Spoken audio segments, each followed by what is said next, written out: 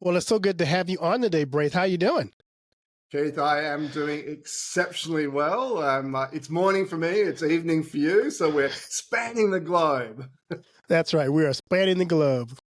It's so good to have you on. You are an international podcast star, You mate. know, I've heard that before. I had a couple. You're my third guest from Australia. I'll share it with my people, so you're going to get more followers in Australia. Yeah, I'm even getting a few in Bangladesh. So I'm That's trending in random. India.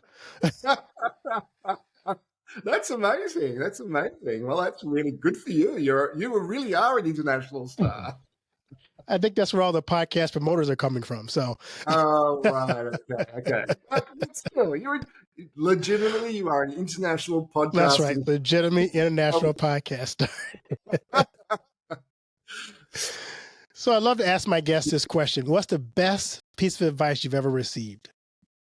The best piece of advice that I have ever received is the simplest piece of advice that I've ever received. I wish I could honestly say I've always followed it, but I haven't always followed it. But it's the best I've ever received. And when I go back to it, it always works. Keep it simple and do one thing 1,000 times rather than 1,000 things one time. Oh, okay. I like that. Yeah. Well, I don't know about you, mate, but I like exciting new things. So if something interesting comes, I'll grab it and I'll run with it. And then the other thing comes, I'll grab it and I'll run with it. But it doesn't ultimately serve you when you're doing that. So yeah, That's keeping it very true. simple, doing simple things and doing it really well, that's just the key. And then you can go and do something else. Right. Once you finish that one thing, go pick up something new. Exactly. Otherwise, you just have potential. You never actually accomplish anything. You're just a person of potential. Well, it's like I don't know if you know Amy Porterfield, but I'm a I love Amy Porterfield. She's a course creator, digital person, but she talks a lot about if you're not in the game, if you're on the sidelines and you're just sort of like Mm, tossing the ball on the sidelines. You're not really playing the game, and you'll never win a game.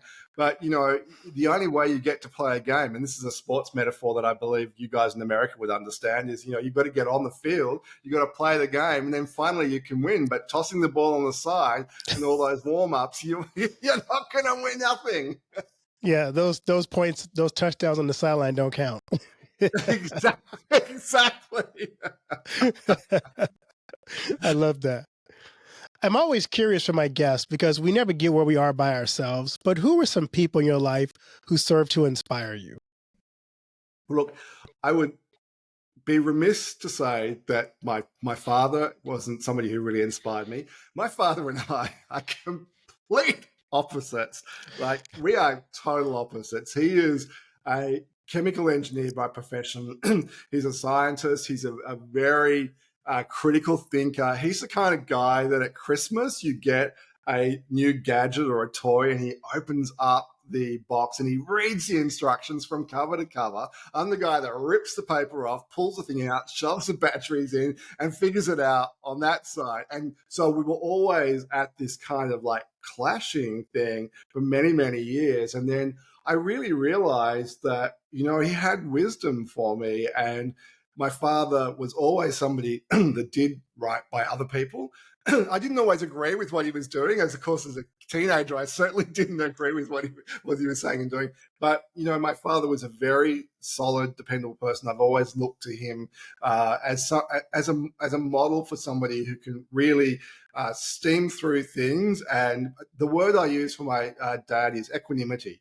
So the good stuff or the bad stuff never knocked him over. He was just always a steady course forward, and he knew where he wanted to go. And even though we're complete opposites, I learned so much from him. So you have to start. I'd have to start with my dad. A lot of your guests would say their parents, surely. Yeah, almost everybody has start with their parents, and they may add other people. But I don't think we tell our parents enough how much they mean to us until it's Yeah. too late. Well, my dad is 92. My mum's 89. They're still living independently in their own home. And, I visit, they live in Sydney. I don't live in Sydney. So I go and visit them. I commit to at least once a month to go and see them. And, I try and tell them as often as I can now. And, I know that they appreciate it. They certainly, my dad certainly has teared up when I've said it occasionally. So, and my dad's a very solid guy. He doesn't get emotional. So for him to get emotional is quite interesting for me to see. But I know he appreciates it. So that's good. Yeah, So do you that's want me to go awesome. on to another person that's impacted you, Sure. mate? Because I have a list. I knew you were going to ask this question, of course. My research. So when I was I've got the grey hair, so I can happily admit to this. I was around in the 1980s in my first job. And my very first serious job, I worked for a company that sold commercial textiles to interior designers and architects. And I was fresh out of university. I knew everything, but of course I knew nothing. And, and my first boss, the woman who owned this company, was taking me to visit uh, customers in town. And it was our first trip doing that. And we were driving across the Sydney Harbour Bridge, which is where I lived at the time. And she said to me, Braith, if you're going to succeed in this business, you need to learn how to network. And it was the 80s. That was a word that no one even knew. It wasn't a thing back then. And I remember we did the day's business and we were coming back across the harbour bridge. And I said to her, Judith, what did you mean by networking? And she said, I'm really glad you asked me. And she spent the next 2 years teaching me how developing relationships and helping other people and really building trust with people could supercharge your business. She had built an amazing business out of doing that. And after 2 years, they invited me to take their business to New Zealand, and I set up their office in New Zealand. And I used that knowledge and skill to build my network. And I've been networking and building relationships and referrals ever since. And I tell you what, I sold timeshare when I was at university, so I know how to do hardcore sales. But relationships are a much better way to navigate life and business, in my experience. So she was my Yeah, probably biggest business mentor. yeah, those timeshare things, I've heard about them. Yeah, well, I mean, it was a great experience. I learned a lot. I think I was probably 20 at the time. It was summer. It was a summer job. I learned how to sell. I learned how to do closing. It was really cool to do that. But what that taught me was that's not the way I want to play the game of life. And I think it was a really good experience for me. And Keith, once you've learned what you don't want to do, it really helps you to work out what you do want to do, right? Yeah, that's me. My first job outside of before I go I do now, I was working behind the desk in an office. And I was like, it was the most confining job in the world. And I got fired because I couldn't just sit behind the desk and do paperwork all day and type things and stuff envelopes. Like I can't do, I got to be out talking to people. And so I would go do an errand that should take 5 minutes, took me 20 minutes because I talked to 6, 10 people along the way. So yes. Mate, you're like me. When I finished school, I was in our part of the world. You finished school in a sort of about August, so university didn't start till the following March. So I had all this time. I thought, well, I'll go and get a job, and I got a job in a bank. And and again, talk about learning what not to do. All I wanted to do, I wanted to be out the front talking to the customers, but they had me out the back counting. So it was called batching. You had to. I can't even explain it, but it was all batching all the checks and all of that. And I was confined in this room, and it was so not me. I used to use all the excuses in the world to go out the front and chat with customers. And, I think they were happy when I said, I'm going to university now. See you later. They said, great, see you. Right. That's so funny. Yeah. I love to ask my guests this question too. Kind of give me your personal story because everybody's journey is unique. Tell me about your journey. Yeah, well, where do you start? So I left school and went to university, and really I did not like what I was doing. My favorite subject at school was geography. So I went and did an arts degree in geography. And then I was into year 2 and I'm thinking, what am I going to do with this? I'm going to work for Stats Australia. Or, this was not going to work. So I dropped out and I went and worked casual and did some stuff for a couple of years. And I went back to university and I did an organizational psychology degree. And it was the best thing I ever did, taking that 2 years off. I worked in hotels and hospitality like, young people do. Great time, had a really good time. But I came back and I was really purposeful and really intentional. And so that's how I got into really marketing was my area, and the textile job sort of fell into that through circumstance. And I went and did a master's in marketing many years later, and I thought I would go back into the architectural supply industry, but something random happened, as is apt to happen on our planet, and I got asked to go and work for Nokia. At the time when Nokia was really cool, remember those really tiny 3 series phones? So I was there when that stuff came out, and it was groundbreaking. Today we can't comprehend what that's like, but back then, those phones blew people away. They had no idea that we could do that stuff. And there was a game on it called Snake. I don't know if you remember. It was a very basic game. We had an entire afternoon training session on how to play Snake.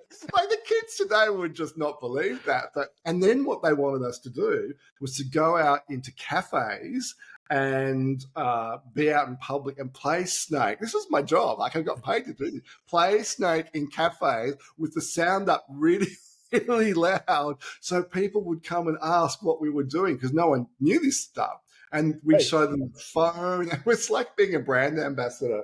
And it was so cool. But anyway, I'm digressing there. So that was my techno world. So I worked in telco for quite a number of years. And then, I got an opportunity to take a redundancy. I'd been at this company for 3 years. They offered me a ridiculous amount of money. They said, "You've only just moved into your new role. I'm sure you don't want to take this, but we're offering everyone redundancy," because they'd merged 2 brands. "This is the number you get, but I'm sure you don't want it." I said, "Where do I sign?" And they were shocked. But I took it. I was state manager at the time. I took it and I ran, and it was fantastic. But it got me back to Australia. I had a holiday for, as you do with that sort of money. Came back to Australia, and I got into a mattress business. They were franchising, so they wanted somebody to run the sales and marketing. And I ended up buying one of those franchises. And I still was the national sales and marketing manager. But with that franchise, I joined a BNI networking group, and that changed my world. I had been networking for years, but I never really had that framework around it. I don't know if you know BNI. It's the world's largest networking organization. It's been around for 38 years. It's an extraordinary organization. It's from the States. And I became a member, and I'm cutting it short. I was really successful. I loved it so much. I decided to buy the Melbourne franchise, and I've been doing that for the last 15 years. And honestly, it changed my life. It brought me into the speaking world. It brought me into writing books, creating courses, meeting the most amazing people. And if you'd have said to me back in the 80s, when Judith said to me, "Networking will change your life," if you'd have said to me I would own a business that is all about networking and referrals in my 50s, it wouldn't have even been a thing I could have comprehended. So isn't it funny how life kind of brings you around? And how one statement or one person investing time in you can change your life. Yeah. And, one of the things, and I love that you said that, because one of the things that I'm really cognizant of today as a successful business owner is that it's incumbent upon me to help other people to make their pathway forward a lot easier and a lot more simple. And one of my core values is freedom. And I just want everyone to have freedom in their life and their business, because so many people have helped me along the way. And, that doesn't happen by accident. And to give back to other people is really purposeful. And BNI has helped me. Speaking has helped me. I do some mentoring and that really amazes me how much I get out of that. So giving back is a very, very worthwhile endeavor. That's great.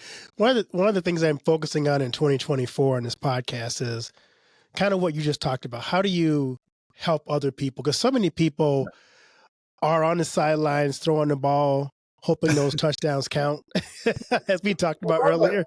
I love it. But they don't. So how do you help people get off the sideline and really get into the game, so that I guess my goal really is to help people who maybe have been dreaming, have been thinking, say, I really should do this, but never get off the sideline. what lessons did you learn that might be Mm. helpful for the person who's on the sidelines afraid to get into the game? So it's all about taking action, right? And I think that people on the sidelines who aren't in the game, they're just simply not taking action. But we all have evidence in our life. At some point in our life, we're taking action that got us a little bit uncomfortable, had a massive impact on our life. So I know that a lot of people say to me, well, Braith, I don't know how to do this. And I say to them, think of a time in your life where you took that really brave step and it was uncomfortable, because it's going to be uncomfortable, right, Keith? Getting Yes. getting on the field, it's uncomfortable. It's, literally, if you're in America, what do they call gridiron? Is it the Yeah. football thing? Yeah, it's like And that would be. you guys call it soccer. We call it football. Yeah. Well, in Australia, we have Australian rules football, which is a whole other I've thing seen again. that. That's a whole nother story right there. That's That's just a whole brutal. other story, and you should come. You should watch a game of that. But yeah, so gridiron. I've never played it, but that doesn't look like it's a very comfortable game to play. I reckon that's uncomfortable. But I reckon that the discomfort of being in all that get up and being bashed into and running on that field, the thrill of winning would be intoxicating. But we all have evidence in our life at some point of what we did to get uncomfortable that got us a result. So we all know it's possible. So I think that's the first step is people don't believe that it's possible, and they can't correlate things in their life that have happened previously that demonstrate to them that, yes, I can do it. So once you get that in your head, yes, I can do it. I have evidence because at school or at university or my first job, or at that time that you asked that girl or boy out for that date that you were like freaking out, they'd say no and they said yes. So like, that is evidence that when you get out of your comfort zone, great stuff can happen, right? So we have the evidence. So that's the part that I think people on the sidelines who keep practicing forget, that we actually have the evidence. So, and what's the worst that can happen, Keith? Somebody says no, then the next person comes along. It's, no one dies from being rejected from a date. No one dies from not being invited onto a football field. We're not talking brain surgery. Keep it in context. Whatever you're afraid of, you're not going to die if it doesn't happen. But what would it be like if it does happen? I remember going to a conference once where there was a speaker who was afraid to get told no. So they Oh yeah. spent the entire year going around asking people for things they thought they would never get. It's a great. My mentor knows that guy, and he wrote the guy that wrote the book. And this is the one where he did the donuts at the end and got the Yeah. yeah. So she knows him, and she told me to do it. I did it for a day, and it works. I got free coffee. Yeah. I got free lunch. It was amazing.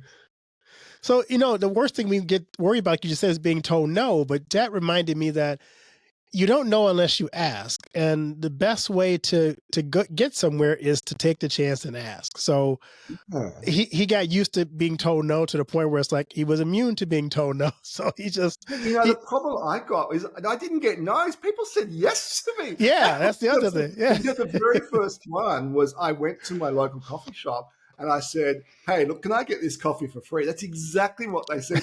And she said, yes. And I said, oh my God, I'm doing this experiment. Why did you say that? And she said, because you're a really regular customer. And you often forget to get your cards, the loyalty card. You often forget to get your loyalty.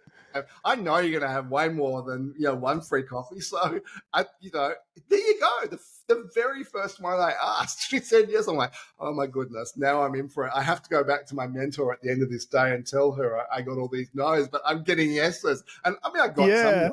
Mostly I got yeses, and that really freaked me out. When she did it, she had a contractor coming to her house doing renovation, and she had a quote for windows, and I think it was something like $80,000 or $90,000. And she said, I want that for $45,000. And she thought you'd never say yes. It was 50% off, and you said yes. So you never know unless you ask. There you go. So that's the lesson for my audience. Just ask the question. You never know. Just ask the question. So, for those people who, get off the couch and decide, I'm going to do this. It seems to me that one of the things you just said is also really key. If you're going to do something, you need a group of people around you, a network of people to help make you successful. So I think it's important for those who are doing it to figure out who is your network, who are the Yep. people that you know, how can they come alongside, how can they help. Tell me what you think about how you develop a network. Yeah. Well, the first thing I would say to your audience is that the general default position of human beings is they want you to succeed. So if you've ever done public speaking, and you're afraid of it, one of the things that they will teach you is when you get up on a stage, no one in the audience wants to see you fail because we all think they're waiting for us to fail, right? But of course, Right. they don't want to see you fail. They don't want to sit through an icky presentation. They want to see you succeed. They want to get some value. So if you extrapolate that out, the world, people want to see you do well. If we can establish that as the baseline, because I think a lot of people don't get that.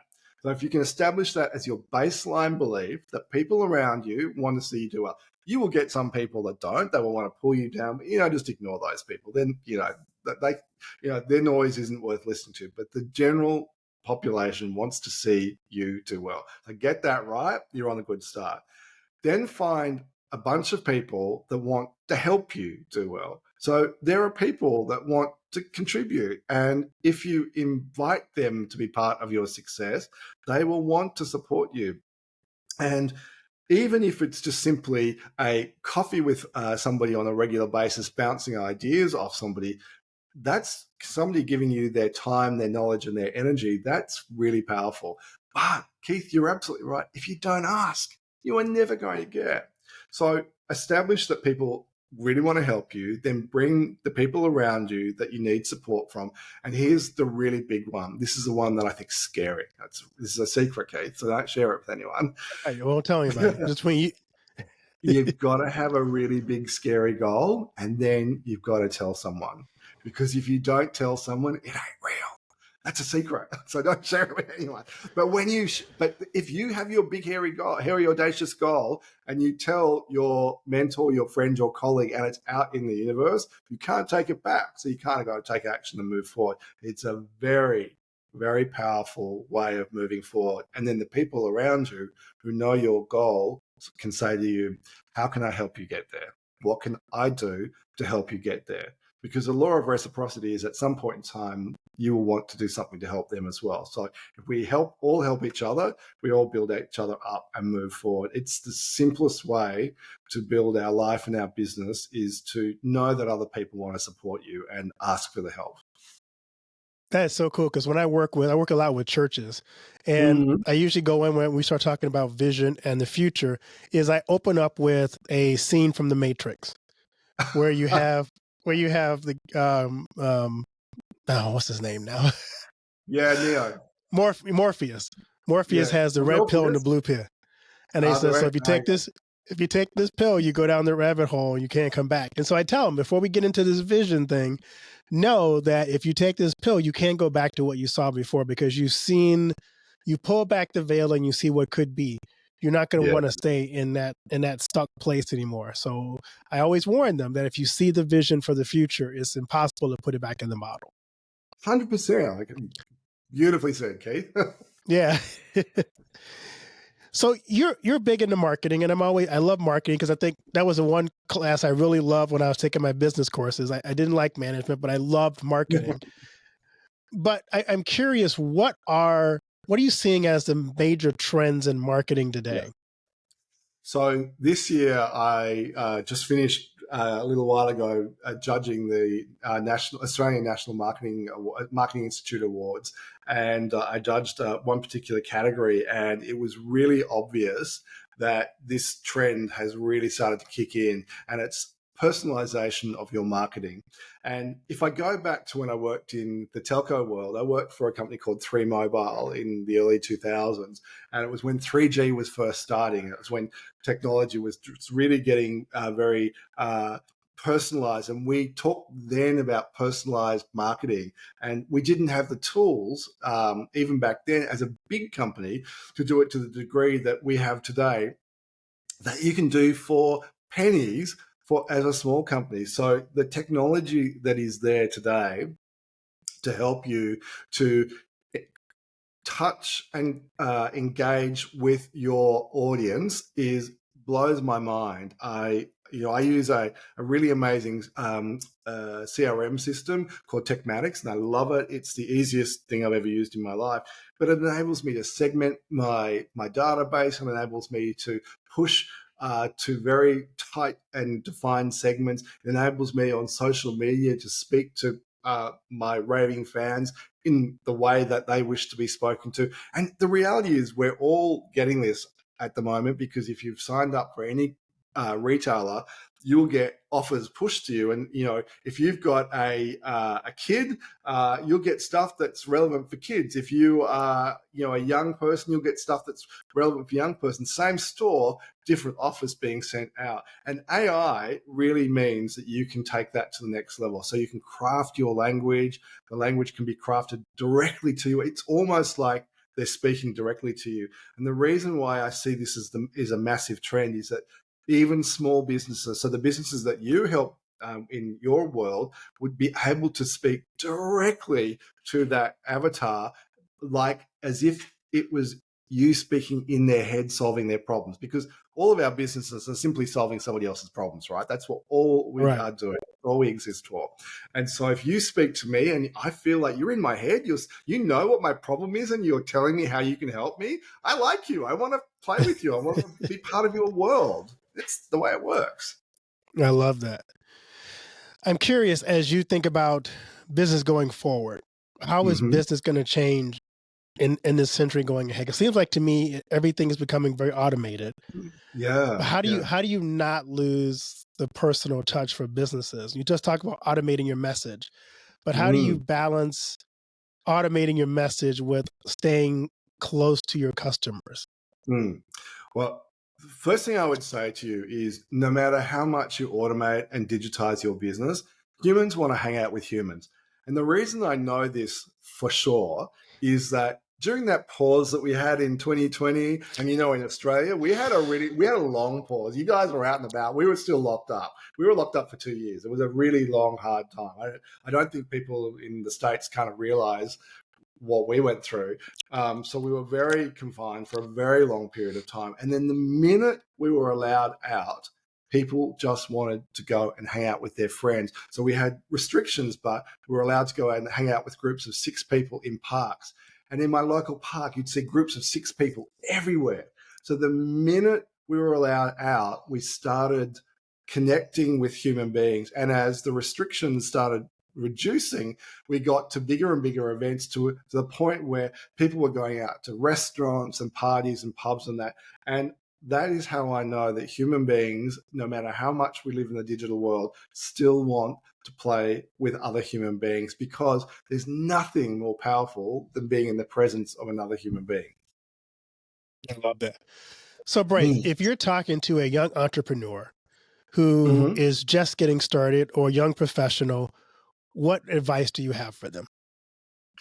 Keep it simple. Keep it really simple. So I start with that. So, start with something that's achievable, but be really clear about the problem that you are solving in your business. So this is where I think most businesses really fail. You hear the stats of small businesses failing. I don't know what they are in America, but I think in Australia it's 2/3 of businesses fail within their first 3 years.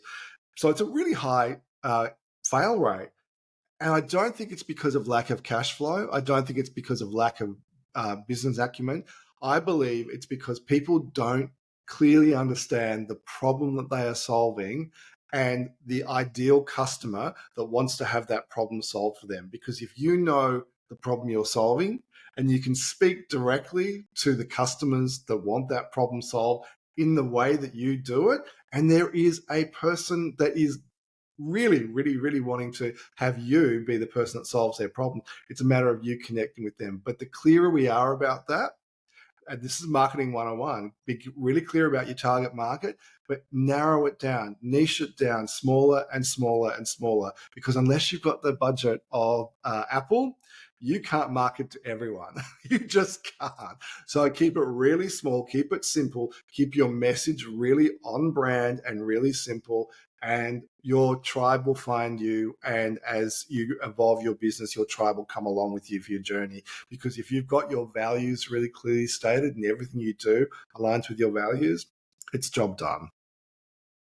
I remember hearing a story about how Apple does its business, and I found it fascinating because it was actually Simon Sinek told this story. He's like, I was with Apple in the morning, and they showed me their new iPad, and then I was with Microsoft employee the next day, and they showed me their new Surface Pro. And so I got back and I said, the Surface Pro is so much better than your iPad. And the Apple guy said, I'm sure it is. It's like we're not competing with Microsoft. We're Yeah. doing our own thing. So Because they run their own race, right? Because right, they know exactly who wants to buy their product, because they know who to speak to. I'm a really rusted on Apple person. My identity is all around Apple. Somebody wants to move me to a Google Calendar at the moment. I'm like, I can't do it. I just can't do it because right, I'm really rusted on Apple. They could bring out a really substandard product, and I'm sure Samsung products are really good, but I'm not even looking at them because I'm playing the Apple game. right, exactly. It's I crazy, could though. talk to you all day. That's great. So I'm wondering, what are you excited about this season of your life? I'm absolutely rapt about the fact that I've got to the point in my business where I'm a true business owner. I'm not an employee of my own business, so I'd love for people to in your audience to understand the difference. So, being an employee of your own business means you're basically working at well, I'd say 9 to 5, but we all know as a business owner that's more like 7 till 12. Like 12 midnight, not 12 noon. Right. Right. So, So I'm doing right. yeah. So you start out that way, but I'm not playing that game anymore. I've moved and I have a lot of people on my team. I have amazing support people. And this is a really cool tip for your particularly young entrepreneurs. Get an organizational chart out now and write down all the roles, including cleaner, including delivery person, and fill out the names of people in those roles. And guess what? At the beginning, your name will be in every single box. And Right. then, and you're doing everything. Trust me, you're doing everything at the start. And you're like, oh my goodness, how will I ever change this? But over time, when you start to cross off your name and put somebody else's name in those boxes, that's when you start to move to become a business owner. And when your name is the name that is on the side, not in the chart that's doing, but the strategy and the drive, then you really become a business owner and you have freedom to do what it is that you want. And this is how I get to be on podcasts with you, talking halfway across the world and hopefully sharing things that help other people in their businesses, because I've built that business for myself and I give myself the freedom to do stuff like this that fills up my cup and I hope helps the world move forward in a positive and constructive way. Great. With that in mind, what do you want your legacy to be? Yeah. I often think about, do I want big? When I was younger, I used to want to be famous. I wanted my name in lights and all that sort of stuff. Now, what I want my legacy to be is that people believe that I left them in a kinder, happier place. I think I truly believe this is not a word people use in business very often, but I believe love is the point of everything. Love is underpins everything on the planet. And, without going outside of the business world, love is really what drives everything. And a guy called Steve Farber wrote a really good book about, love is not a word you hear in business very often. And honestly, if you can make somebody else's life that little bit better and you can show compassion and kindness, that's all that I want to have my legacy to be, that I've somehow touched other people and lifted them up and made their life easier and better because I was in their life. I love that. Is there anything I haven't asked you that I should have asked you? Oh goodness, how much time do you have? No, I think you're a good interviewer. I think you've done a really good job and you've done your research, and I love it. So, yeah, No, I enjoy having you, and I enjoy having on people who have achieved success, who are willing to share what they've learned to other people. So often you get to the top and you go, well, I got here, you figured out on your own. But to have people who are willing to pour into other people is just, to me, inspiring. And it says a lot about the person that's willing to do that, to pass down what they know to somebody else. yeah. Well, yeah. Here's the thing about human beings: is all of our thoughts are energy, and that's a scientific fact. So every time we have a thought, there's a little electrical charge that goes off in a synapse in our brain. And we know that human beings are energy because you walk into a room and you can say this is a good vibe or a bad vibe. So we have the evidence for this. So I know that when we are giving off good energy and good vibrations to the world around us, good stuff happens. So good stuff happens to good people. So you're a good person first. Good stuff happens to me. Bad stuff doesn't really happen to me because I really believe in the best in other people, and I see the best in other people. And I want other people to succeed. And I think that's a really great place to be in life. And then it comes back to you, no matter how much I help other people, Keith, it seems to come back to me tenfold. I'm like, oh my goodness, I've done this, but this has happened. It's amazing. I need to give more. And, it doesn't have to be money. I mean, I give money because I think I can. I can. But it's really the heart stuff that is really what matters. Yeah, that's special. Where can people find your website and connect with you on social media? Well, I have a really unique name. Like Braith Bamkin meant that my website was available, braithbamkin.com. And Braith Bamkin is available on all the social medias. So I'm super, super easy to find. So I'm very lucky. Thank you to my parents for that. So I really appreciate that. They didn't know it back in the 60s that I was going to be able to own all of my websites, social media, and it was going to be really easy. So I'm super easy to find on social media and on the website. Just Google me. I come up with kilometers of stuff, so that's great. But see, now that we've talked and my podcast is going global, Braith's going to become the new baby boy name in 2024. So. It's really funny that there are people. In Australia, there's a game called rugby league, and it's mainly a New South Wales type and Queensland type game. And there's a guy called Braith and he's like 40, and I'm like close to 60, and people say to me, "Were you named after him?" I'm like, "I think it could be his dad. I reckon it might be the other way around." There you go. So now people know it's a rare name, but now people know it because there's a football dude in Australia. There you go. Well, Braith, thank you so much for taking the time and being on. And it is definitely an honor to talk to you, and blessings on the work that you do and how you pour into people. Is just, to me, it's inspiring. So keep up the good work. Keith, thank you for being an amazing host. I really appreciate it.